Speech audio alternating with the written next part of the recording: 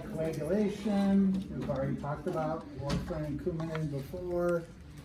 You're gonna always adjust that to an INR of between 2 and 3.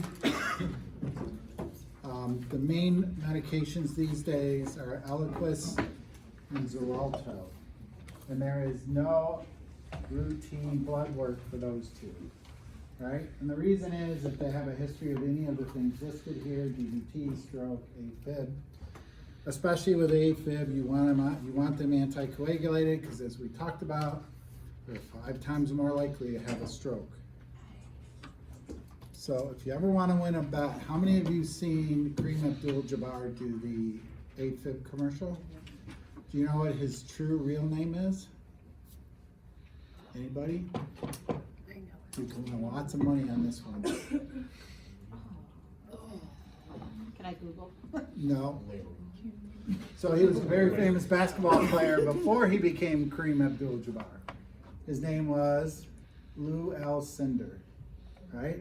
So one time I walked in this bar, these guys were arguing. This is a true story, this is not a joke. They're arguing, they're going back and forth.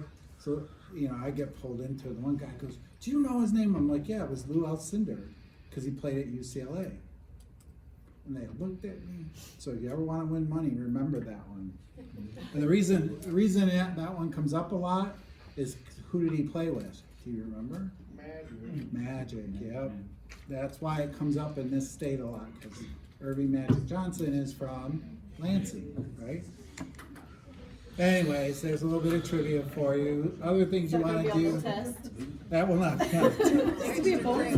Other things you want to make sure they have their vaccines are up to date. But what I really want to knock home, you guys can read that on your own.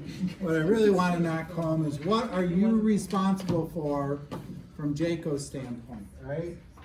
So what you're responsible for from a JACO standpoint is to make sure that left ventricular systolic function has been documented, not just being in a report somewhere. So in your note somewhere, at some point you should say, per echo or per cath report, ejection fraction, EF is X, Y, and Z.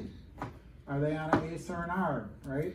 Did you put them on a beta blocker? Did you talk about smoke sensation if they're smoking? And did you talk about activity, diet, right? All these things will spit out of the computer for you. You still need to put it in your note that you documented it, okay? Very important, because that's what you get graded on.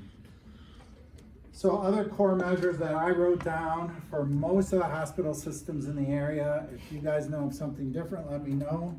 Rapid weight gain of 3 pounds, or rapid weight gain of 1 to 2 pounds overnight, or more than 5 pounds in a week, they're supposed to call.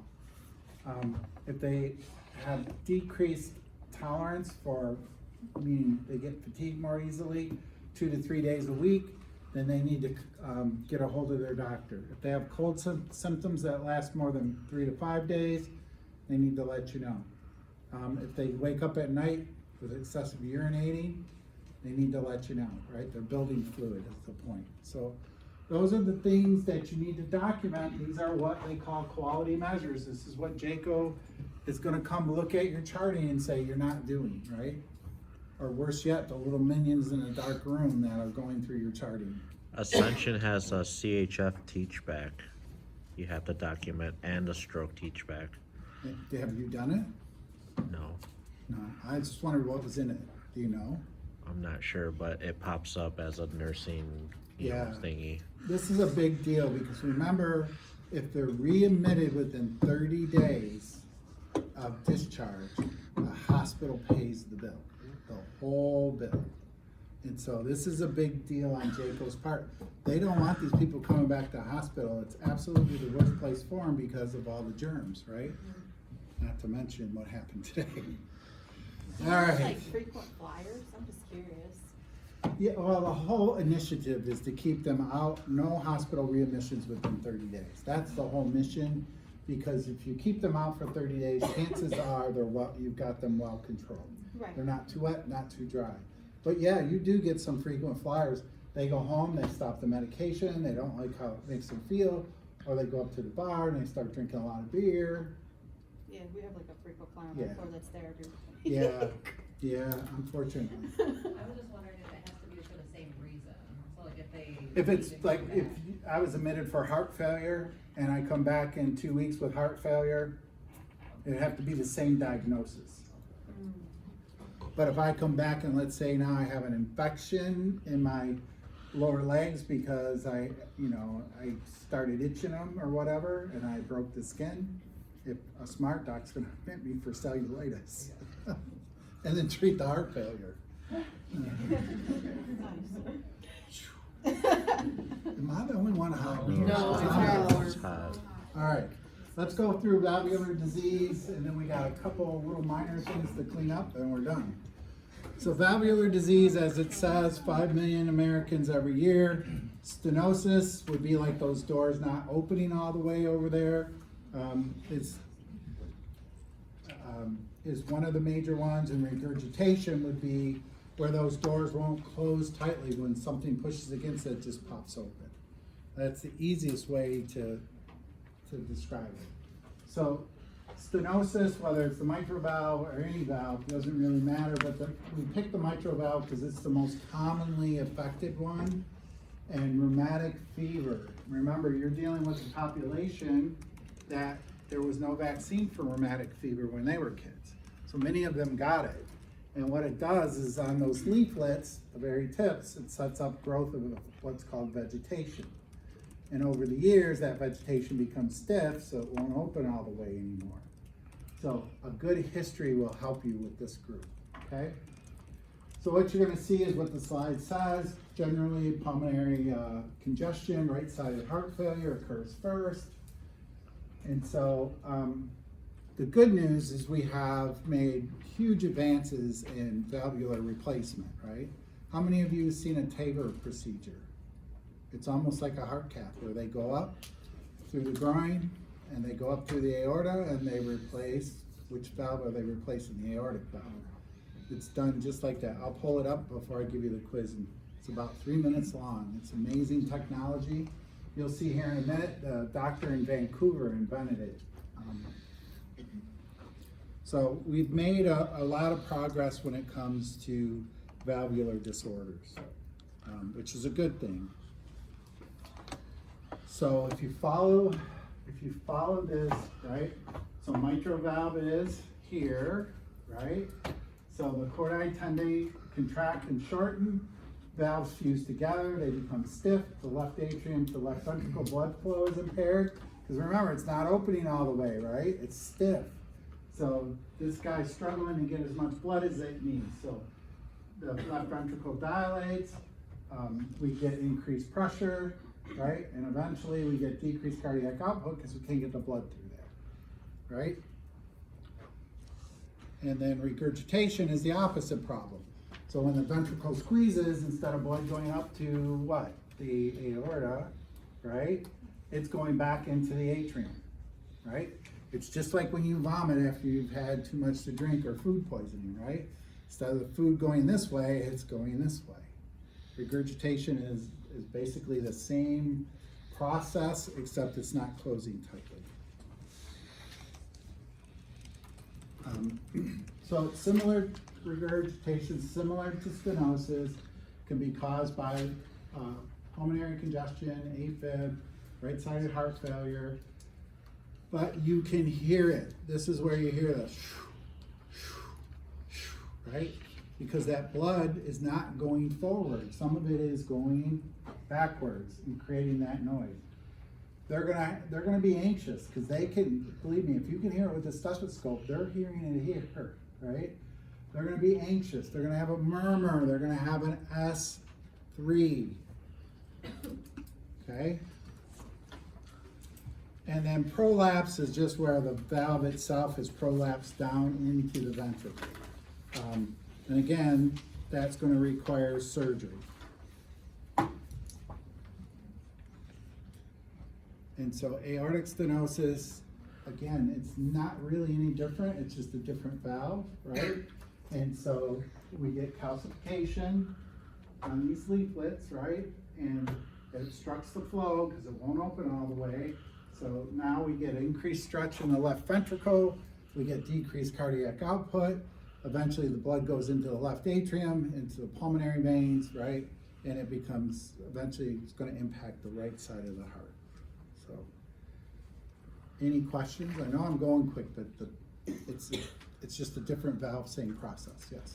To clarify, so regurg will cause an S3 and then stenosis would cause an S4? Generally, yes. Generally, as a rule, yes. So what are we gonna do about, here's aortic regurgitation, again, it's the same thing.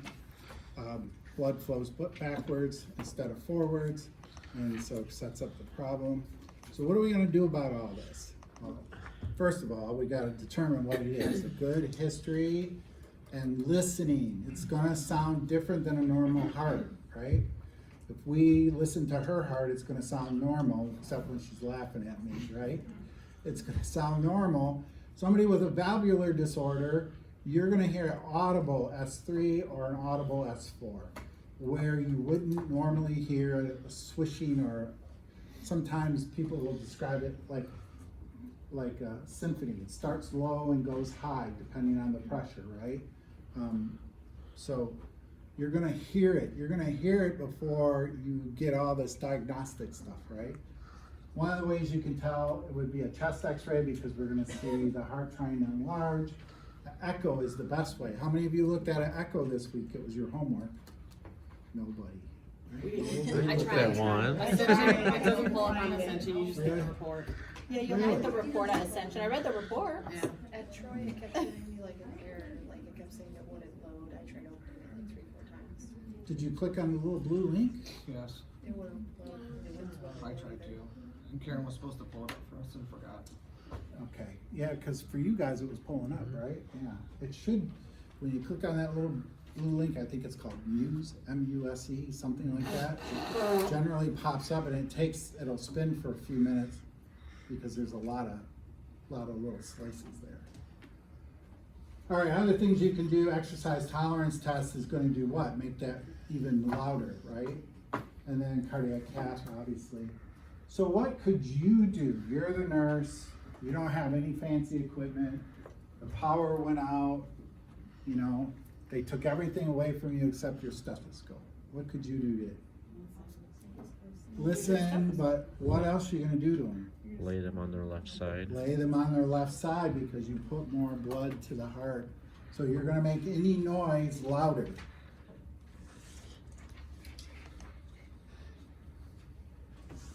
Always a left lateral. Okay, there's your nursing diagnosis. You know, just for that, I'm gonna find something on the right side. If it's on the NCLEX, it's left lateral. All right. Fair enough. All right. So your first intervention for these guys is prevent heart failure, right? Prevent heart failure, we're gonna grade whether this is mild, moderate, or severe. It becomes moderate, we're sending them off to interventional cardiology, maybe to cardiothoracic surgeon, depending on which valve it is, right? Because we don't want it to get to severe, because if it gets to severe, we've already set up heart failure, right? We no longer recommend antibiotics prophylactically. All of you have heard about patients come to the dentist, oh, I gotta take antibiotics for 3 days, 5 days before a procedure. We don't recommend that anymore. It's more of a, some patients still wanna do it because they're fearful of it getting worse, so sometimes they just take the bullet and let it go. If they do go into AFib, you want to convert them. You would try chemical first, and as you know, we've already talked about this, cardizem would be the drug we want to try first. If we get them out, we would probably put them on amiodarone, flecainide, something along those lines, and a beta blocker. Why the beta blocker? Slow down. Reduce the workload, right? And keep that heart rate under control. Anticoagulation if they're a chronic AFibber or a history of AFib. And then get that valve replaced. So there are several options to get the valve replaced these days. I think I have them in here. These are just the types of surgeries. There's repair or replacement. These days it's mostly replacement, so there's prosthetic valves. The issue with these, they work fine, they're loud, right? Because they're mechanical. So they're loud, patients don't necessarily jump at those anymore. The real ones they really like are these guys. These are called biologics. 3D printers have really kind of changed the game. These, so you send them in for a CT scan, right? A 2D or 3D CT scan. They can get it pretty close to what their normal valve looks like, and they produce these on a 3D printer. And they've had really good success with these. They're not as loud as the ones I just showed you. You do put them on anticoagulation therapy for 6 months though, with these guys. And then finally, this is the showstopper of all showstoppers. People laughed at this guy. Said it couldn't be done. There's no way you can replace a valve without breaking the chest, cracking the chest open, spreading the ribs, stopping the heart, cutting the heart open. I'll show you this. So he's from Vancouver, as it says. So his hospital in Vancouver backed his research. And so this is what's called TAVR. He goes up through the groin, in through the aortic arch, and he replaces the aortic valve right there. He doesn't have to cut the chest. People go home generally the next day. Pretty soon, they're probably going home the same day. So I'll show you that procedure. It's a lot like a stent. He goes up there with a balloon, obviously, that's not inflated. He gets it in position. He times it with the cardiac cycle. He smashes the old valve against the wall, and then the new valve comes in, and he inflates the balloon to a certain degree of pressure. He deflates the balloon, holds it back, and he makes sure the valve is working, and they're done. It's, like I said, the technology is getting better and better and better. In the old days, 10 years ago, we would have cut the person, we would have spread their ribs, we would have had to stop their heart, cut it open, take the old valve out, put the new valve in, you know, and it's kind of like stringing a piano. Don't have to do that anymore. So I'll pull that up. So finally, let's move into the infectious stuff so we can put a lot of this together. So endocarditis is just that. The lining gets infected. So what happens, there generally starts from some sort of injury, could be trauma to the chest, could have been a vegetative lesion on a valve. And regardless of the pathology, they get sick, they start running a fever. You're gonna find this through the blood work, and what you're gonna see is you're gonna see petechiae, right? And you're gonna see little hemorrhages everywhere. And you're gonna do your diagnostic test, you might hear a murmur, right? And so the endocarditis, we treat with antibiotics, and generally we're pretty successful with it. And then pericarditis, again, you can see what causes that. They're gonna come in because, think about the pericardium, the sac, it's infected. So every time that heart beats, that's being rubbed against, and it's gonna be sore, it's gonna be painful. And I just put on here treatment, positioning, NSAIDs, steroids if necessary. Again, if you're gonna give steroids, we prefer that you give them locally as opposed to systemically. Why is that? Does it not affect the blood sugar and white blood Right, it won't affect the blood sugar, and remember, we give them systemically, they tend to mask super infections, right? And then the antibiotics, if necessary, I would say they're always necessary, but that's me. And then rheumatic carditis, again, this is caused by an infection, generally previously in childhood, like rheumatic fever. Later on in life, the immune system weakens and it comes back, and you're gonna treat it that way. And then pericardial and, tamponade, this is where you got fluid in the pericardial sac. You got the heart in the middle, and that fluid gets bigger and bigger and bigger. And so now the heart can't pump, right? Because it's trying to push up against that fluid. If you don't go in there and do tamponade with a needle, they will die. Because what will happen is that pressure will become too great on the outside, and the heart can't beat. So, how many of you remember that little submersible sub that imploded? Like 2 summers ago now? It's the same situation. Think of your heart going lower and lower in the ocean, and there's more and more and more pressure, right? And eventually it's squeezed to where it can't beat anymore. So that's why you have to do tamponade. Okay? And this is usually, as the slide says, a sudden decrease in cardiac output, right? This is not a slow, gradual process. All right, couple more, and I swear we are done. There's only 3 more, 4 more, because we don't have to do the questions if you don't want to. All right, there's pericarditis. And simply we go in there with a needle. You can also use a tube if you want, and you gotta get this fluid off. The faster you get the fluid off, the better they're gonna feel.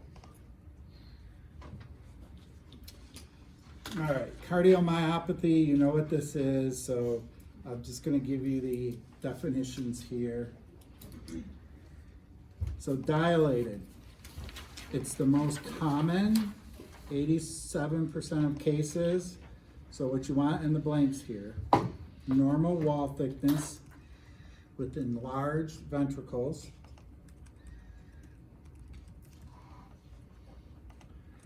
hypertrophic, thick, stiff muscle wall. Young athletes, generally sudden death. So I'll repeat it. Thick, stiff muscle walls with impaired filling. This is an inherited situation. Restrictive is the rarest of them, and its scar tissue replaces muscle tissue. And the last one, I'm not going to ask you, but I'm going to make sure it's not on there.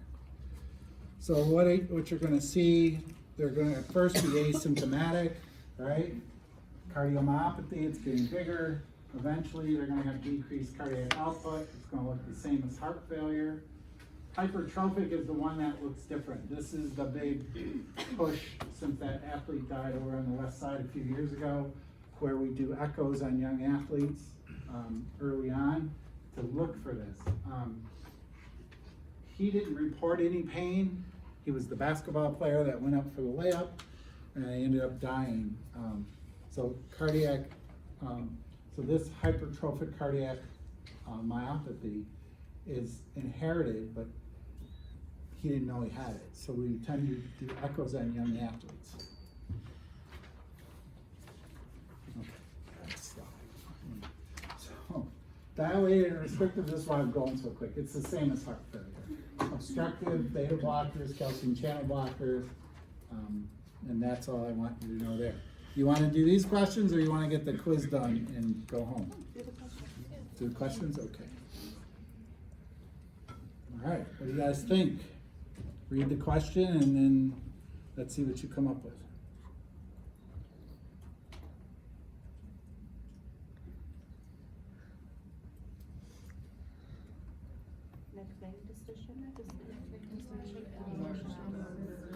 Yeah, C and D.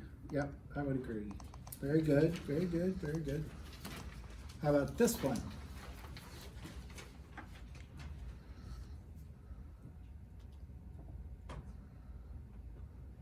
What's a Babardine? Me to know, you to find out. It's a drug. How's that?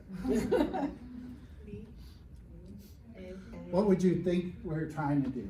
Not being a smart aleck. What? So it's chronic heart failure, right? So what are we trying to lower? Think about what are we trying to lower? Heart rate and blood pressure. Heart rate and blood pressure. So it would be this guy. Hey. All right, question, this one. C. Yeah, it's C. Everybody see that?